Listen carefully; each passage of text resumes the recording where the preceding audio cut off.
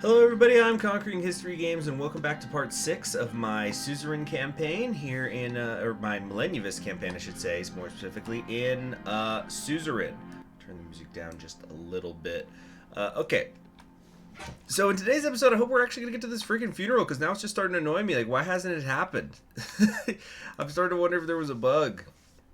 The local police are working with the young swords. Oh, that's just great. That's great. You know, when the cops are working with paramilitary organizations that aren't the Red Youth. Yeah, weapons seized in cultural center. Okay, whatever. Let's jump into things here. What have we got? No news. Economic relief plan. Here we go. An act to ease the economic hardship felt in the country. Ah, yes, this thing. So this is one where I'm pretty sure if I give stimulus checks, that's how I become more Malenyevist, but I don't actually know if I want to do this necessarily because it's going to be taking government budget, and I've only got a budget of 2 right now, and I think it might actually be better to hold on to this for later. Now, with the assistance of the, what was that? God, I get so nervous every time I hear that. I don't know why my phone does that, or my computer does that sometimes, but like that's also the sound it makes. I don't know if you guys hear it, the whenever I run out of hard drive space, so that's why I get worried whenever I hear it. Anyway, with the assistance of the National Business Council and the Central Bank, Simon Hull put forward a countrywide relief program to mitigate the economic hardships that are being felt. We can either provide stimulus checks for people in need or bail out businesses under serious financial strain, or decide not to approve the plan. So I do have what could possibly be an outdated decisions guide that just sort of says like what everything does. Okay, yeah. So if we do the stimulus checks, that is increasing the points towards Malenyvism. And if we bailed out business, that would take away points from Malenyvism. So, okay. Now, I don't know how much this is actually going to help, though. Because remember, there's been several updates since the game came out. You know, there've been fine-tuning stuff. But basically, there is a lot of some different things have changed. Some things are like, you know, more important than others. But I've heard that this actually doesn't really help either way. It's just an alignment thing, mostly. Of course, you know, if you do like the checks, people will like you more. So we're gonna. Okay, I'm trying to think here. What? I need to look at my ministry. Give me a second here. Or not? No, that's the wrong thing. Political overview. So who am I gonna invest in later? I probably am not going to invest in the military, actually, believe it or not, because I'm going to try to not go to war in this particular one, but I'm probably going to fund education. I'm probably going to fund the police, although I don't know if I'm going to go anti-corruption or secret police. I'm probably going secret police, if I'm being perfectly honest with myself. We want to do healthcare, so that's 3. That's going to put us at -1. From where we are, I'm counting from where we are now.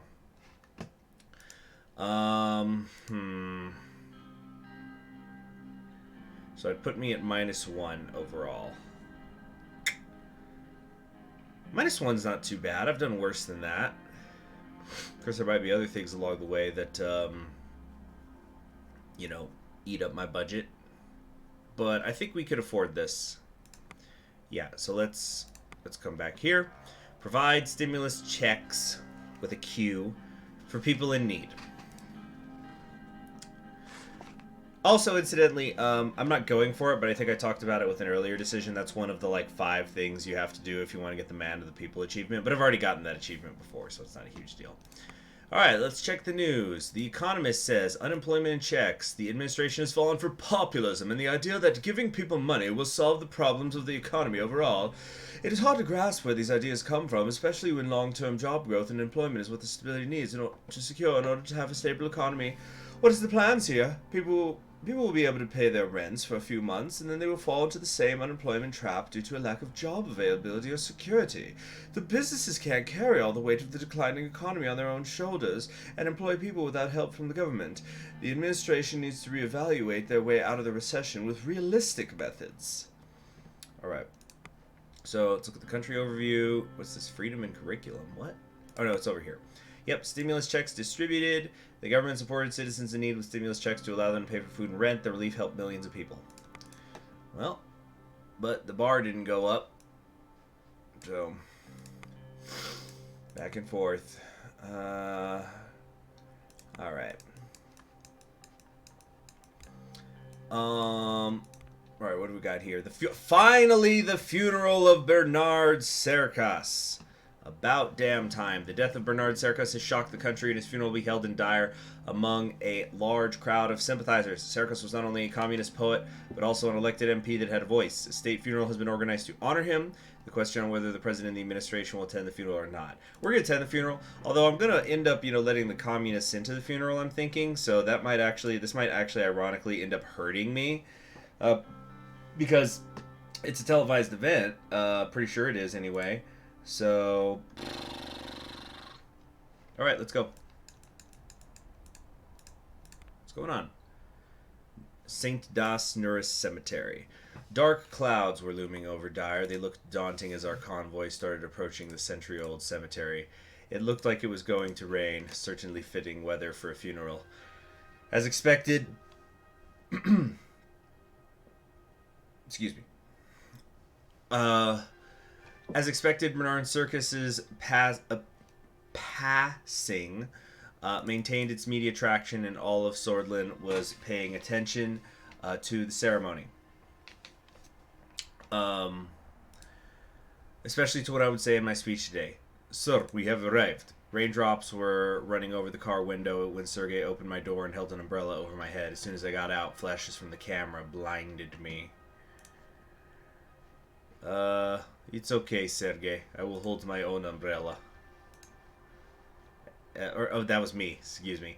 As you wish, sir. Got the voices mixed up. He handed me the umbrella and started waiting next to the car with his own. Peter and Carl exited from their own cars in the convoy. They made their way over to me. Anton. Wow. Anton. What kind of voice? I always forget the voice that I gave Carl. It was like... He's German, right?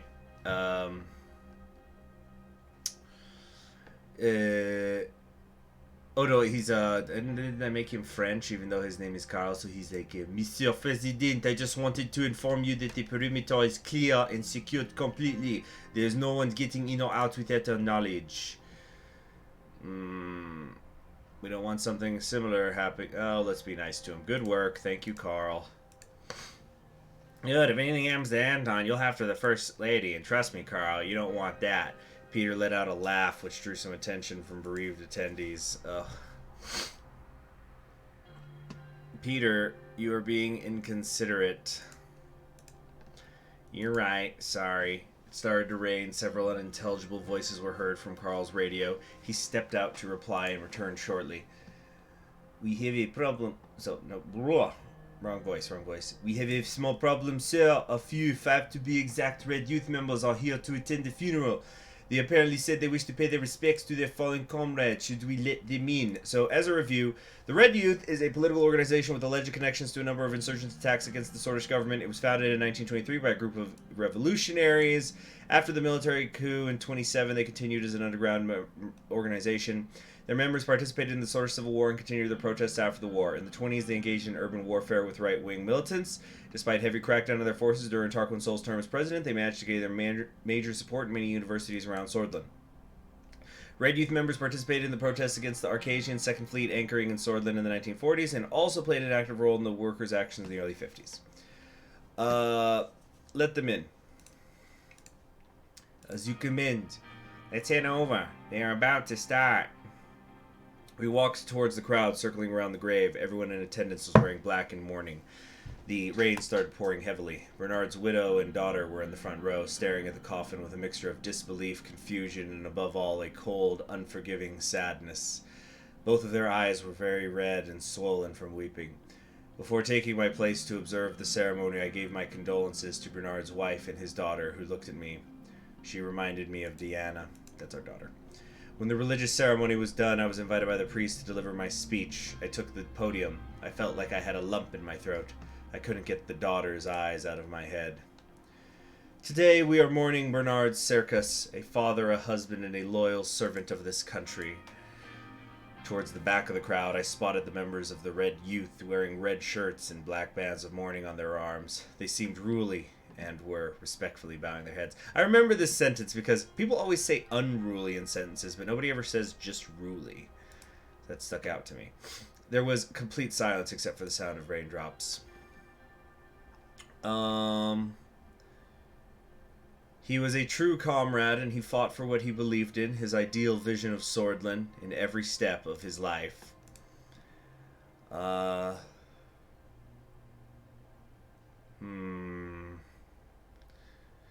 Cercas had a dream of a unified Swordland. In these next months, we need to fulfill his dream and band together.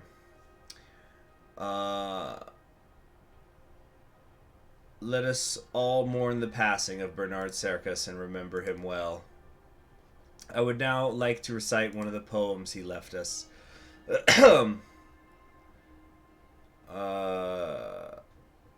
Let's see here. They did not let us sing our songs. They are afraid, afraid of the dawn. They are afraid of hope, but our songs will be sung. A moment of silence, please. Some attendees started clapping, some crying.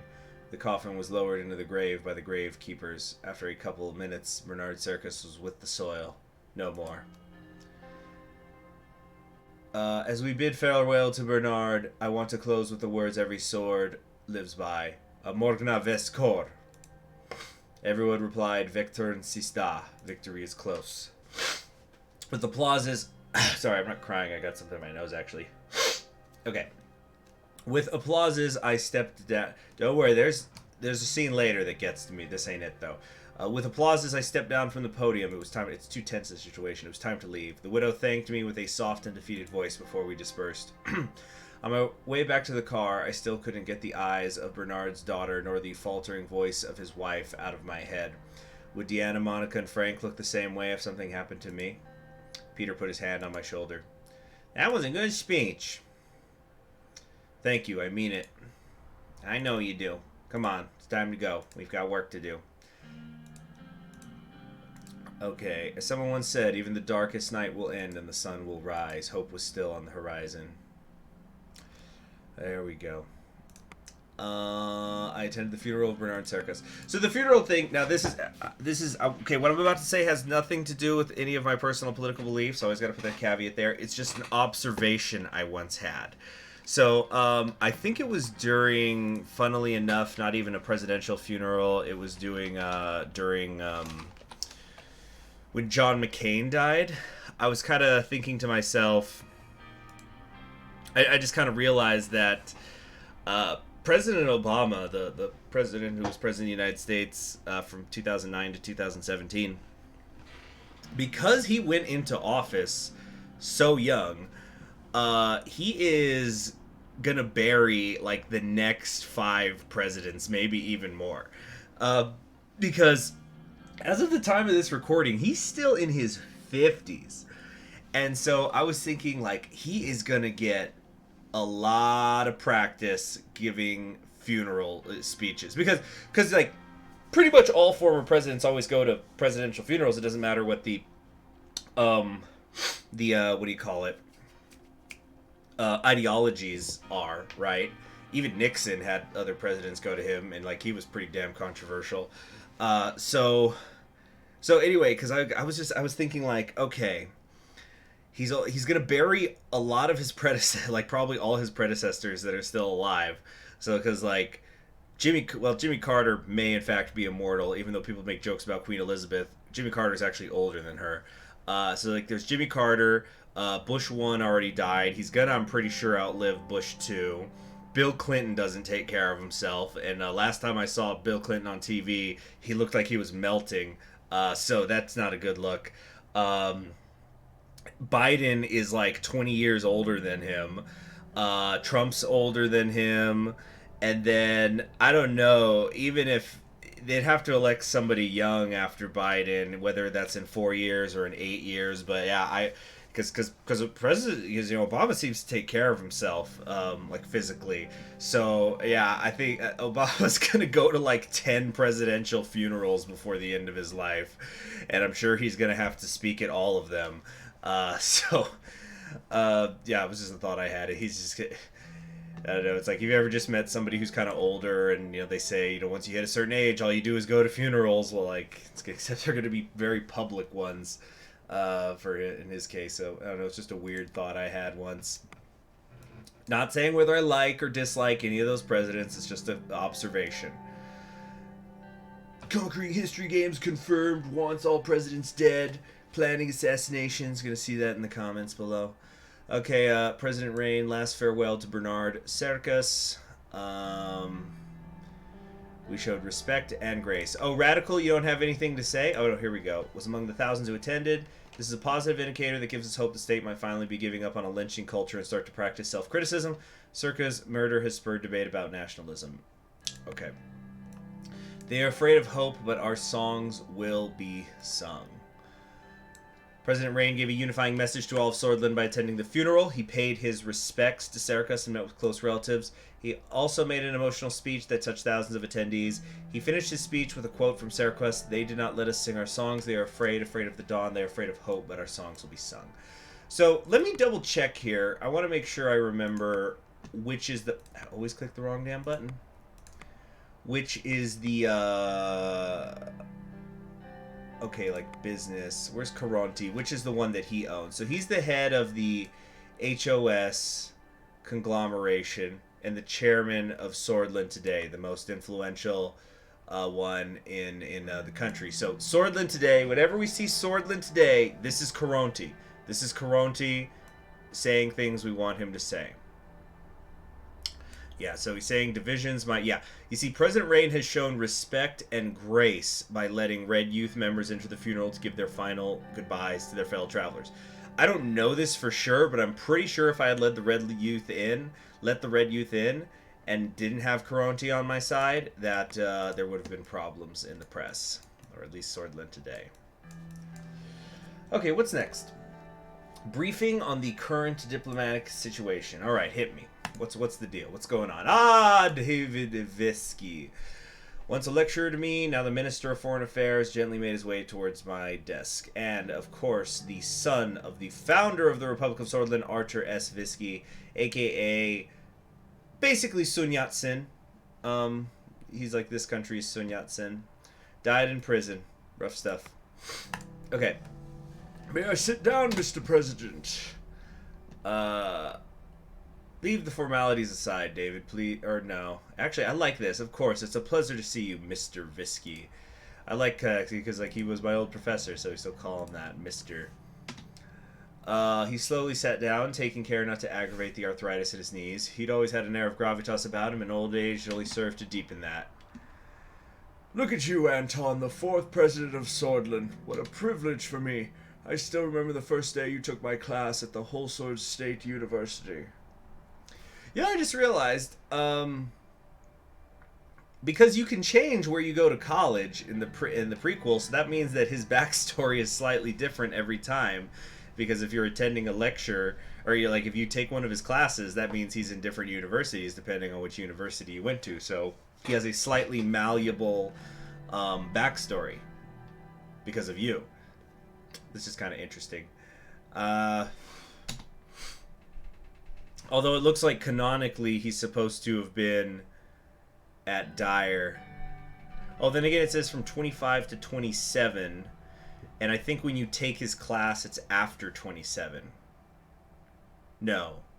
Wait. No, wait. When are you born? I think you're born in 1905? I have to double check that. But for right now, we're going to say he has a malleable backstory in terms of what university he teaches at, which I find interesting. Somehow, the inexorable ebb and flow of life has led us here to positions where we can change the course of history. It's our opportunity to shape the future. I'm looking forward to our new foreign policy. How's your health? Oh, I haven't had any big complications except the usual after that heart attack earlier this year. How's the Rain family? Frank never liked the spotlight, so that hasn't changed. I'm gonna try. Like I said before, I'm going to try to have a good relationship with Frank. As time passes, I realize it more. Family is the most important thing in life. We must take care of them. Okay, so I'm gonna spoil some of my reformist democratic run right here. I will admit I did get choked up during the scene. I don't know if it always happens, but there was a scene where he basically announces that he tells you he's gonna retire and you guys have a talk, but like I don't know, just everything was hitting me at once, just like this guy's story. It's like he's the hero of another story, right? And like this guy's father was the father of the Republic, and then he died in prison. After being cooed and the country going to hell. So like yeah, this puts some weight on things now when you see something like here. Family is the most important thing in life. We must take care of them. Though he has his adopted sister out there. The door opened. Joseph and Lucy. Although there was like one scene I think we're in the same room together, but they don't acknowledge that they're siblings. I think. But maybe that'll change, in different paths. And also, on the other hand, it's not like they have to greet each other and say, hello, brother. Oh, hello, sister. Because that's actually kind of like a joke sometimes in the wrestling world. This is many of you know I'm a wrestling fan. Where like whenever real life siblings have a storyline together, they a lot of companies will write them mentioning that they're siblings in every segment. So like the Hart family was really notorious for this. So there was like Bret Hart and Owen Hart, and so they would meet each other. It's like, and whenever they'd talk about each other, they'd say, "I was like, my good brother Bret." It's but they'd sound like monks. Like, brother Bret, yes, brother Owen. Okay, we're totally off base here. Let's keep moving. Welcome everybody. How was your travel? A little bumpy due to some turbulence. I took the train. It was a little slow, but I still recommend it for the beautiful landscape. Mr. Vector doesn't seem to be coming today. I think we're ready to start. Brief overview of our current status with our neighbors. What do we want to start with? Really, no Rumberg stuff here. Okay, I think we can just kind of slam through a lot of this. So basically, Agnolia, non-aligned, they're democratic. Economic is a worry. They want they want to trade with us more. And they're led by Martin Van Horton, who I think I gave a Bush accents to, kind of Bush too. I'm trying to find new trade partners. And got to replace these unjust treaties with fair ones. We're embarking on a great crusade against bad economic policy. Alright. Comprehensive trade deal sounds beneficial to all sides. Yeah, so we're probably not going to ally with Agnolia because there's that disputed island with Vogsland, and we're going to be working with Vogsland, I'm sure. So I wouldn't count on us getting a military alliance with them. But hopefully we won't. Number one, hopefully we won't need it, and number two, as long as I can get the trade deal, that's what I really care about, because I've got to be really, really focusing on the economy, because apparently the planned economy route is quite difficult. They want a relaxed immigration policy. Wait, what did we do? Shit, I don't even remember. Were we going support relaxed immigration or no? New chapter, vetoed bill. Crap. It's in here somewhere. Economy, military, welfare. Illegal immigration. We have not decided how to handle the immigration. I don't know if that means that. What was I in favor of, though? Crap. Economy. Wait, active policies. See, I don't see anything here. There's like state security. Shit. Got nothing in my notes. Fuck me.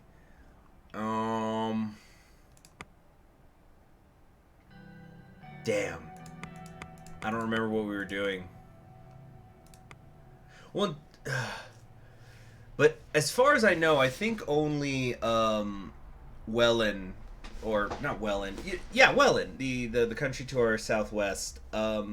I think they're the only ones who want me to close borders. And they just want me to close borders so the Bloods they're genociding can't flee to me. So, we're going to say I'm in favor of relaxing immigration for right now. Joseph doesn't like that. I'm a little bit worried about getting cooed by Joseph. Okay, we promised to keep our immigration laws relaxed in the election campaign. Okay, fantastic. Let me write that down. Thank you for reminding me, Lucian. That's why you're so smart. Immigration laws were promised to be relaxed. Okay. There we go. Okay, tell me about Volksland. Our cousins of old across the Markian Sea wish to have good relations with us. As we all know, Volksland is a socialist republic aligned with United Contanta. They are an important regional player. It is also the most significant sea power in Eastern Mercopa. We had hostile relations with them after several wars in the 19th century, which we wouldn't want to experience again. Recently, the relationship has warmed up thanks to Emmerich Hegel. As a result, diplomatic talks can be conducted in the future.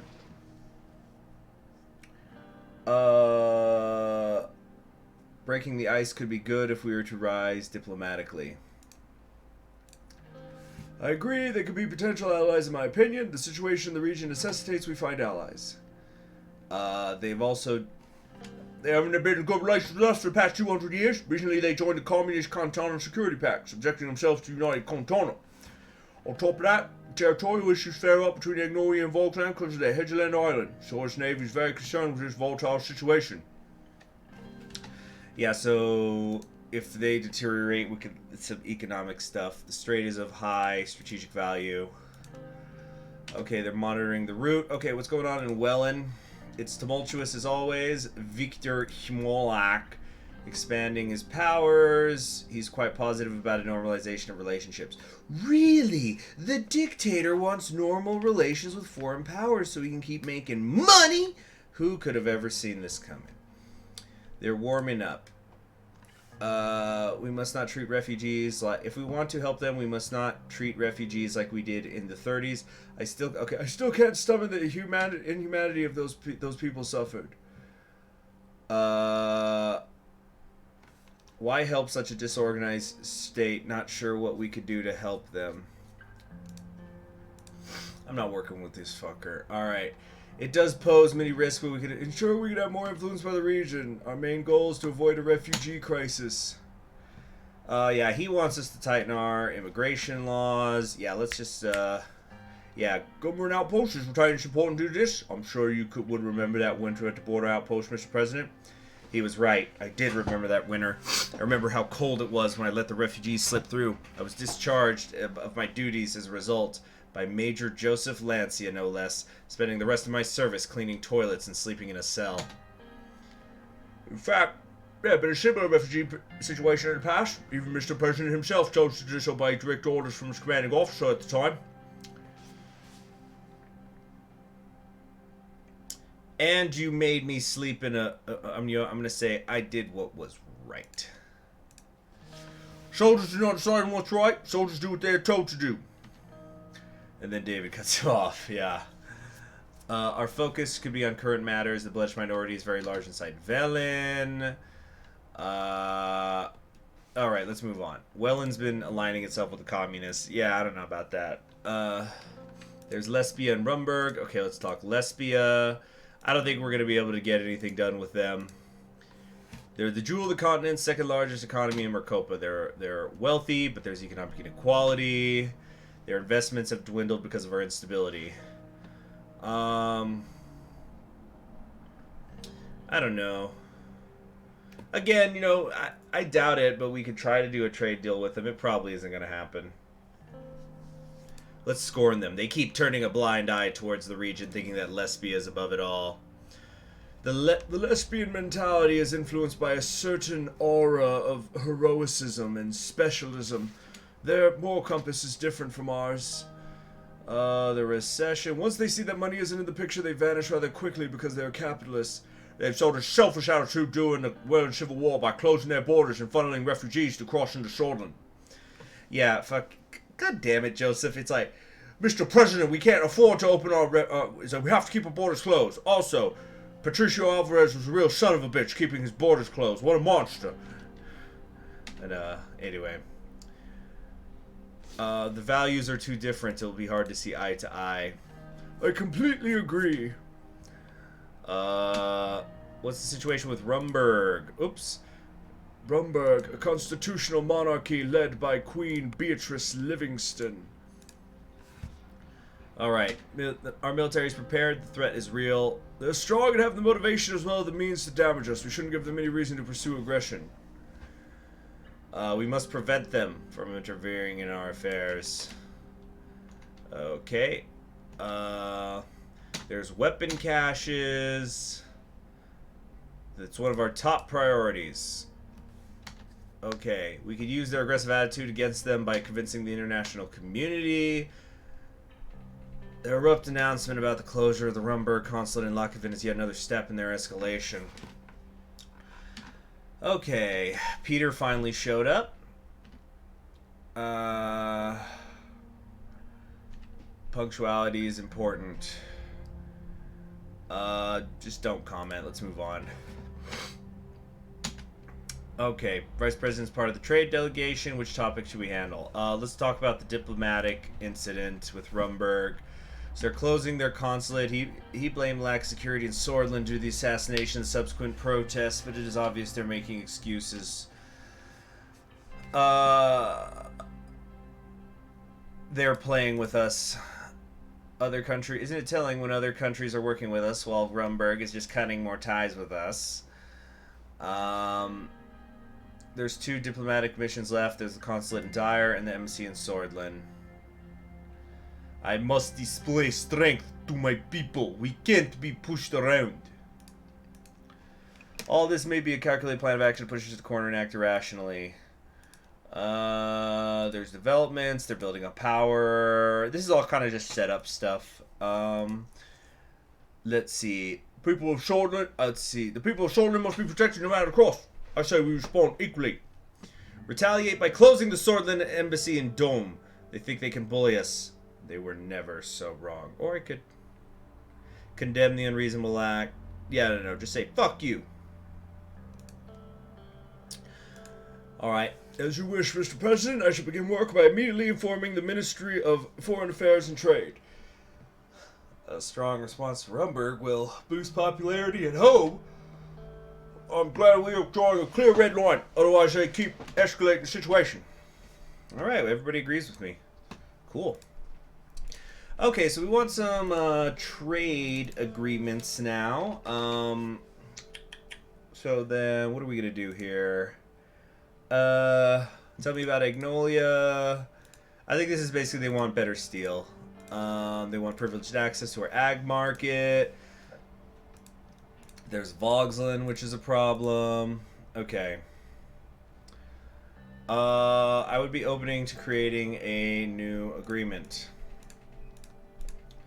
Okay. Yeah, we're making that highway project. I really hope we could at least get the trade deal. I'm not asking for a full-blown military alliance, but at least the trade deal would be freaking awesome. Alright, so Wellen, they're really unstable. We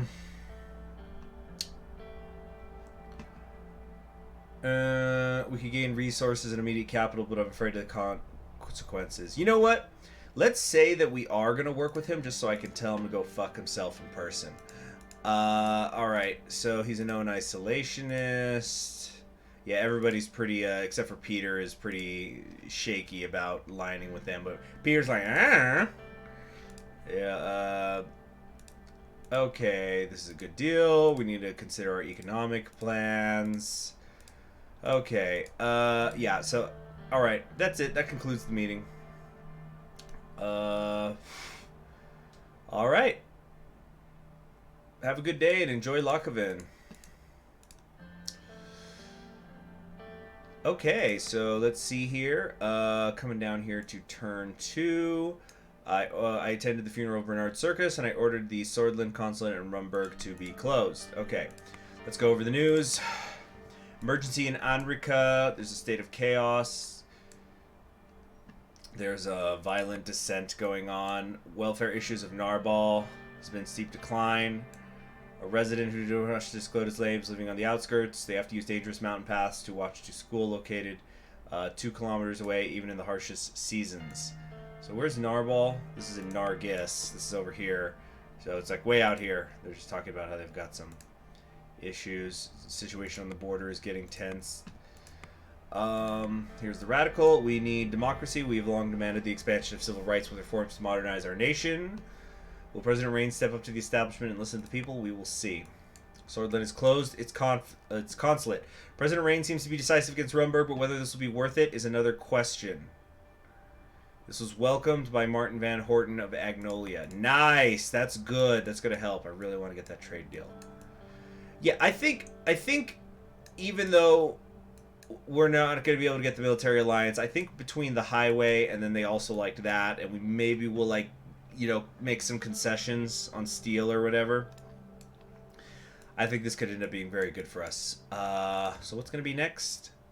Briefing on the results from the Reform Committee. Cool, some constitutional stuff. That'll be fun.